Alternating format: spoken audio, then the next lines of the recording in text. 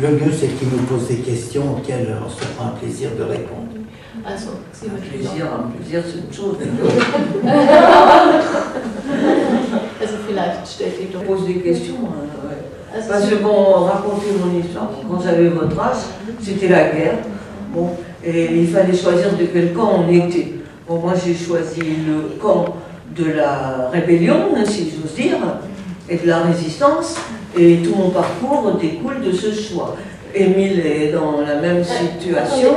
Malheureusement, il y avait des Français au moment du Front populaire qui disaient plutôt Hitler que le Front populaire. Ja, also diesen Satz kennt ihr ja schon. Er sagt, es gab eben auch eine ganze Reihe von Franzosen, die gesagt haben, lieber Hitler als die Volksfrontregierung, was der Spruch war, lieber Hitler als Blum. Oui, et il faut dire peut-être aussi, un certain nombre de Français ont été très très solidaires des Espagnols républicains contre Franco.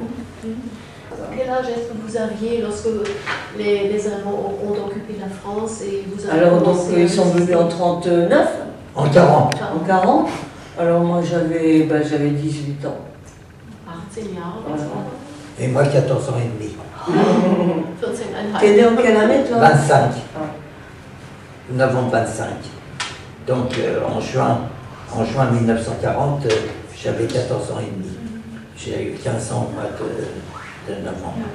Non, Il faut dire que nous t'avais sommes 15 ans lui. Non, Bah si, j'ai l'addition. novembre 40, j'avais 15 ans. Donc Ouais, en juin, Ah j'avais ouais, 14 tu ans. avais un peu plus. Il faut peut-être expliquer aussi que quand nous sommes revenus des camps, la majorité était à 21 ans. Et non à 18 comme aujourd'hui. Ah ouais, on était majeur à 21 ans. À Ah partir de ja, 21 ans. also, ja, also er will auch noch darauf hinweisen, dass früher man eben mit 21 volljährig wurde und nicht mit 18. Ça existe aussi en Allemagne. Oui, oui, La c'est pareil. majorité, la minorité. Oui, mademoiselle de Poussin. Bon, ben moi, je me suis bien amusée dans la résistance. Hein. Je trouve que si j'avais pas connu ça, je serais triste. Hein. Il manquerait quelque chose. Mademoiselle de Poussin. Also, Sie D'avoir sagen, traversé tout ça d'une façon passive, comme si, comme si la vie était normale, je trouve ça dramatique. Hein. Moi, je me suis engagée, j'ai été quelqu'un qui a fait des choses, hein, qui a travaillé pour son pays et se réjouissant. Sur l'argent, parce que moi, ma famille, par exemple, elle ne pouvait pas me payer le lycée. Donc, je suis allée dans un cursus annexe, qu'on peut dire, qui s'appelait le cours complémentaire, mais qui ne nous amenait pas aux mêmes possibilités que le lycée. Il faut dire qu'avant-guerre, il y avait une véritable classe ouvrière qui n'existe plus aujourd'hui. Et puis, la différence, c'est qu'aujourd'hui, il y a des moyens d'audiovisuel qui n'existaient pas avant-guerre. Ceux qui avaient un poste de radio avant-guerre étaient rarissimes. C'était déjà des gens d'une certaine essence. Alors pourquoi on est entré dans la résistance? C'est-à-dire que moi, j'ai eu la chance d'aller dans une école très en pointe sur le plan politique, où on pouvait évoquer justement ce qui se passait en Europe. Dans l'école, on ne se bornait pas seulement à apprendre les maths ou l'histoire de la France ou de l'Allemagne. On parlait, entre guillemets, politique. On s'intéressait à ce qui se passait en Europe. Ce qui fait que moi, j'ai été très intéressée par la guerre d'Espagne, par les problèmes avec l'Italie fasciste et l'Allemagne, et évidemment, qui aidait l'Espagne fasciste contre l'Espagne républicaine, qui a hélas gagné la guerre, comme vous savez, et ça a duré longtemps. Donc, personnellement, je me passionnais pour tous ces problèmes, et donc je me suis engagée dans des mouvements, disons, de rébellion ou au moins de protestation. C'est-à-dire, d'abord, mon père était orphelin de son père depuis l'âge de 9 ans, donc il fallait qu'il travaille pour nourrir sa mère, sa sœur et puis un frère. Et bon, et il a quitté la Pologne parce que la Pologne était très antisémite et puis il n'y avait pas de débouché. La France, ça représentait la patrie des droits de l'homme, la Commune, la Révolution française et tout ce qu'on pouvait espérer. Et mes parents se sont tout de suite intégrés, c'est-à-dire ils ne sont pas restés dans un ghetto, ils ont tout de suite appris à parler le français très correctement et ils se sont intégrés dans la vie française. Et c'était facile pour eux? La France, c'était le paradis en réalité. Bon, ils sont arrivés, fallait qu'ils travaillent. Mon père était, je vais vous donner un exemple, mon père était dans la fourrure et quand il y avait de la morte-saison, il allait travailler dans une usine de bateaux. Donc il savait ce qu'était le travail de la classe ouvrière, si vous voulez. Bon, il s'est fait, il a réussi dans sa vie professionnelle, mais il a toujours gardé ses idées d'origine, c'est-à-dire de la classe ouvrière.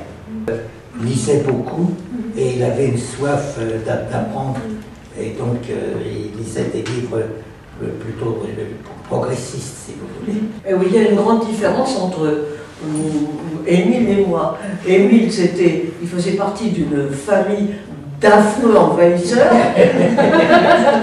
et tandis que moi, ma famille était une vieille famille normande qui avait des postes dans la direction du pays en Normandie et qui était donc une famille très installée. Et moi, naturellement, j'ai été comment on dit, l'oiseau rare qui est devenu communiste et qui s'est mis à faire de la politique. Ça, en général, les filles ne s'occupaient pas de ça. Je cherchais un bon mari, le plus riche possible, naturellement, et puis elle faisait des enfants. Et moi, ça, j'ai fait des enfants quand même, mais beaucoup plus tard, une fois que je me suis installée moi-même dans la vie, pas avec l'aide de la famille. Et puis comme j'avais le goût des voyages, mais que j'avais pas les moyens, eh bien j'en ai trouvé un. Je me suis fait arrêter par les Allemands et j'ai fait le tour de l'Allemagne et même de l'Autriche. Voilà, j'ai beaucoup voyagé. Je suis allée au camp de concentration de Ravensbrück, dans différentes prisons. En tout, j'en ai fait 19 en Allemagne. Je suis allée dans 19 lieux. Ouais. Pour finir à Ravensbrück, et de Ravensbrück, on nous a transportés à Mauthausen. Gisèle est peut-être petite de taille, mais c'est une grande dame. Alors, qu'est-ce que vous avez? Charmeur! Er sagt, Gisèle ist eine kleine Frau, sie ist aber eine große Dame. Est-ce que vous avez une explication pour le fait que vous ayez non, passé par toutes ces prisons? J'ai fait 19 prisons, oui. Et j'ai pas la moindre idée pourquoi. Hein. Parce que quand je suis partie de Paris, on était deux condamnés à mort.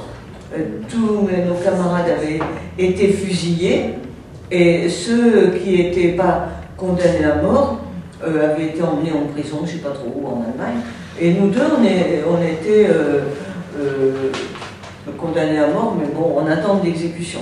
Vous étiez deux filles ou... Deux filles, oui. Et en partant, l'officier allemand qui nous convoyait nous a dit « vous allez à Lübeck ». Mais on a mis, je ne sais pas combien de jours avant d'arriver à Lübeck, très longtemps, parce que pour aller à Lübeck, on est passé par la Yougoslavie et par la Pologne. Je suis restée par exemple un bon bout de temps à Cracovie. Oui, comme ça, ouais. Ils avaient le sens de l'économie. Alors finalement, je suis arrivée, moi, par l'intermédiaire de la Pologne, je suis arrivée à Lübeck, où je savais que j'allais en quittant Paris. Et j'ai mis 129 jours pour arriver. 129 jours. 129. Lorsque nous sommes arrivés, je dis nous parce que j'ai été arrêté avec 64 autres camarades dans la Creuse, les armes à la main. Lorsque nous sommes arrivés au camp d'Iva à Cologne, c'est où Adenauer avait été interné. Et avec nous, on a retrouvé l'action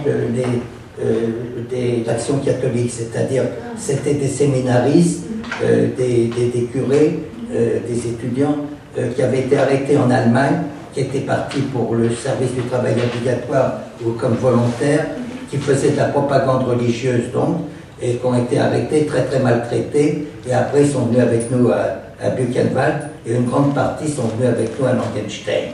C'était tous des Français? Comment? Des Français, oui. Quand est-ce que vous étiez arrêté?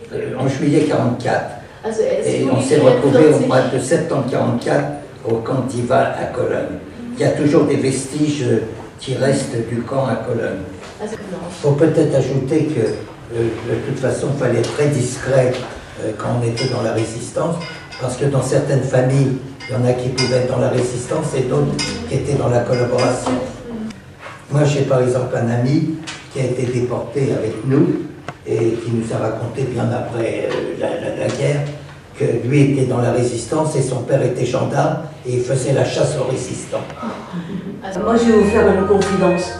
Ça a embêté ma mère que je fasse de la résistance. Alors j'étais ravie, ça a embêté ma mère.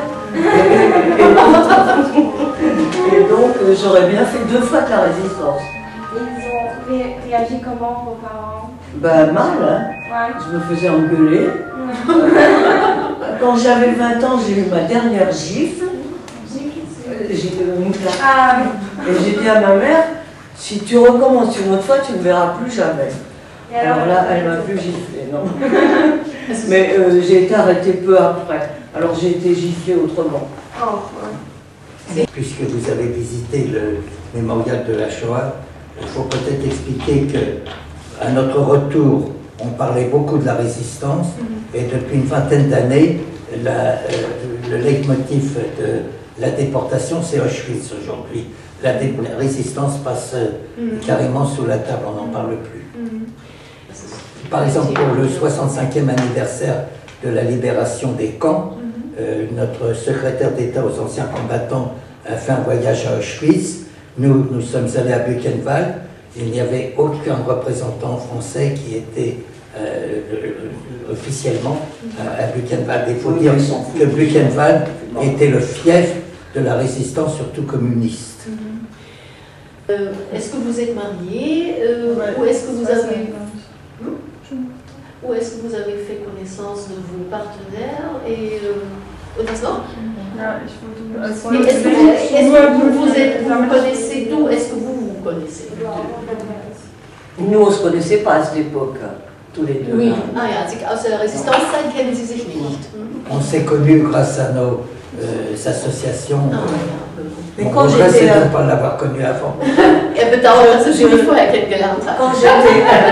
Quand j'étais adolescente, comme ces jeunes gens, c'était la grande effervescence.